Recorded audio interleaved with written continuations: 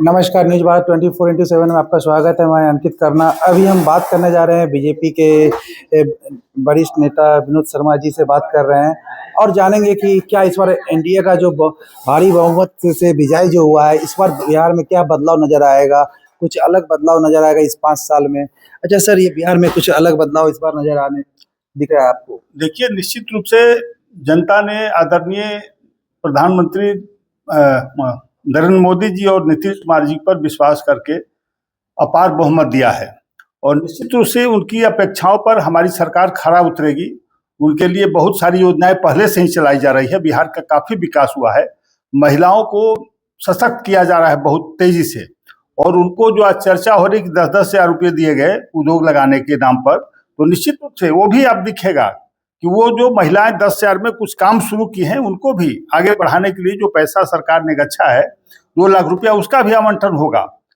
और विरोधी केवल विरोध करते रहेंगे, लेकिन हमारी सरकार काम करने में विश्वास करती है, काम करके दिखाएंगे। अच्छा, विरोधी तो सर ये इल्जाम लगा रहा है कि 10,000 में वोट खरीदा गया है, जस्ट इलेक्शन से पहले 10,000 डाल के वोट खरीदा गया है। अरे देखिए, योजना पहले की है, ठीक है, लेट से मिला पैसा, इसमें दो राय नहीं है, लेकिन सरकार की योजना पहले से इस पर चल रही थी, काम चल रहा था, सारी व्यवस्था की जा चुकी थी और चुनाव के पहले, घोषणा के पहले दिया गया, तो उस पर कोई आपत्ति की बात नहीं है।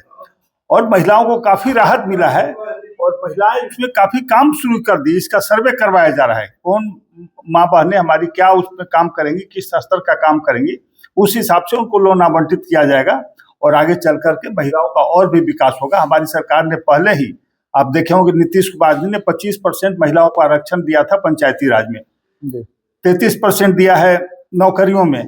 तो महिलाओं पर विशेष ध्यान सरकार का पहले से है। नीतीश कुमार जी और हमारी सरकार जो है पहले से काम कर रही है। युवाओं पर भी फोकस है, युवाओं को भी हम लोग अधिक से अधिक रोजगार देंगे। 1 करोड़ का जो वादा किया है हमारी सरकार ने, उसके लिए प्लान अलग विभाग बनाए जा रहे हैं कि उसको फोकस करके उनको हम रोजगार के साथ साथ सरकारी नौकरियों का भी व्यवस्था। तो अभी बिहार में बुलडोजर एक्शन चलाया जा रहा है, जो बोला जा रहा है कि योगी मॉडल की तरह, यूपी की तरह यहाँ पे बुलडोजर एक्शन चलाया जा रहा है। इसमें कितना सच्चाई है और कितना सच्ची घटना है, इस पे आप कुछ बता दें जनता को। देखिए, अतिक्रमण पहले से भी हटाया जाता रहा है, पहली बार नहीं हो रहा है। आप देखे होंगे कि पटना में, चाहे पटना के आसपास, चाहे दूसरे हमारे जिला मुख्यालय हैं, वहां पर अतिक्रमण मुक्त कराया जाता है जिला प्रशासन के द्वारा। आदरणीय गृह मंत्री सम्राट चौधरी जी जब से बने हैं तब से और तेजी आई है, अतिक्रमण को अधिक से अधिक मुक्त कराया जा रहा है। जो सरकारी जमीन कब्जा करके बैठी उनको वहां से हटाया जा रहा है और उनको निश्चित रूप से पुनर्वासित करेगी सरकार। हमारे आदरणीय मुख्यमंत्री जी उस पर चिंतित हैं कि उनको कहीं न कहीं व्यवस्था करें, दुकान लगाने का जगह दें या उनको रोजगार दें। तो ये कोई बड़ी बात नहीं है। विपक्ष गलत रूप से इसको प्रचारित कर रहा है। हर शासनकाल में ये बुलडोजर चले हैं, कोई नया नहीं हो रहा है। इसको गलत रूप से प्रचारित करना कि योगी जी की तरह बुलडोजर चलाया जा रहा है, वो योगी जी का कार्यशैली अलग है, हमारे राज्य की कार्यशैली अलग है।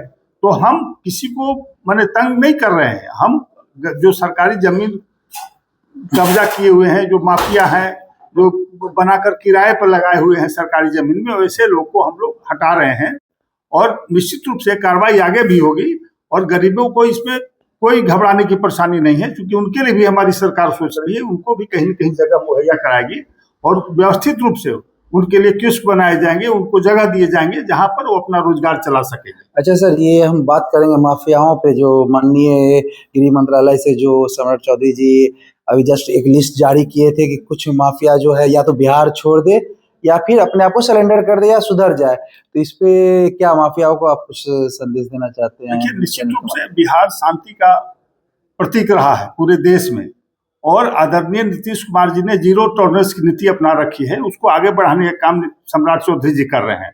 उन्होंने स्पष्ट रूप से कहा है कि नीतीश कुमार जी ने जो काम शुरू किया है उसको हम मुकाम तक पहुंचाएंगे। जो भी अपराधी हैं, अगर अपराध कर रहे हैं तो बिहार छोड़कर बाहर चले जाए, उनकी खैर नहीं है। और संजोग से देखिए, माननीय उच्च न्यायालय ने भी सहमति दी है कि जो गलत रूप से पैसा कमाए है, जो माफिया है, उनकी संपत्ति जब्त करने के लिए काफी लिस्ट जारी की है, जिसपे सहमति कोर्ट की भी हो गई है और 1200 लोगों को चिन्हित किया गया है आगे। तो निश्चित रूप से वैसे लोगों पर कार्रवाई की जाएगी, उनकी संपत्ति जब्त की जाएगी जो गलत रूप से पैसा अर्जित किए हैं, जो कहीं न कहीं से अपराध करके, या भूमि माफिया हो, बालू माफिया हो, उन सब पर कड़ी कार्रवाई की जाएगी और अपराधियों को किसी सूरत में नहीं दिखाएंगे। पहले भी हमारी सरकार ने चुनाव के पहले भी बहुत बड़े स्तर पर बहालियां की है और आगे भी जारी रहेगा। बिहार का विकास भी दोगुनी गति से होगा और आदरणीय प्रधानमंत्री जी के आशीर्वाद से बिहार काफी विकसित हो चुका है। अच्छा सर, हम रोकना चाहते हैं आपको। जैसे कि इस इलेक्शन में बहुत सारा मुद्दा रहा कि यहाँ पे बाहर के जो प्रवासी मजदूर है उसको वापस लाया जाए, नया नया फैक्ट्री लगाया जाए। तो माननीय प्रधानमंत्री जी भी इस बार बहुत सारे रैली में बोले हैं कि जो यहाँ सीतामढ़ी में चीनी शुगर मिल है उनका स्टार्ट करना, मोतिहारी में इससे पहले बोला गया कि चीनी मिल स्टार्ट होगा। तो इस पे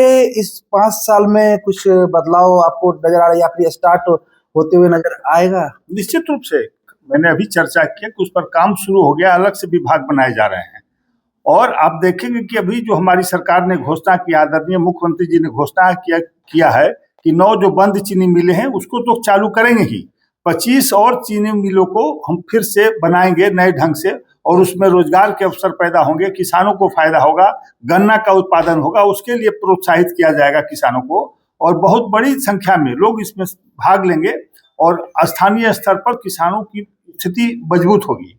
अच्छा सर, ये अभी जो चल रहा था, शीतकालीन सत्र चल रहा था, इस बीच में नेता प्रतिपक्ष तेजस्वी यादव जी बीच में ही 3 दिन का शीतकालीन सत्र छोड़ के अपने फैमिली के साथ यूरोप चले गए।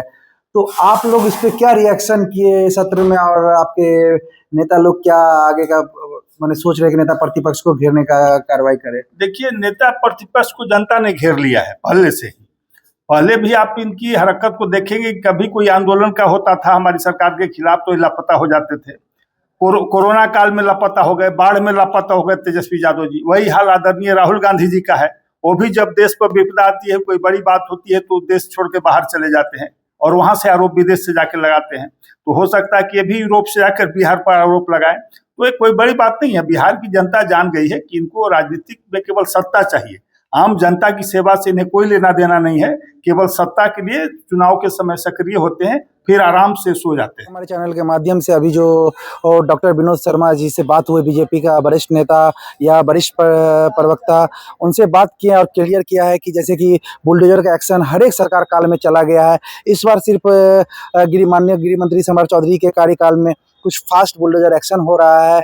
सेकंड, आपने माफिया पे भी बात किया है कि माफिया किस तरह से बिहार में समर चौधरी ने उन्हें वार्निंग दिया था, तो इस पे भी खुलासा किए। तो चलिए हम आगे का वीडियो में आपको ऐसे ही हम लेटेस्ट न्यूज़ देते रहेंगे। हमारे चैनल को आप लाइक सब्सक्राइब ज़्यादा से ज़्यादा शेयर करें, हम आप तक लेटेस्ट वीडियो पहुंचाएं, सही जानकारी दें और सच्ची खबरें आप तक हम पहुंचाने का जिम्मेदारी लेते हैं और ऐसे ही हमारे वीडियो को आप लोग पसंद करते रहे। जय हिंद, जय भारत।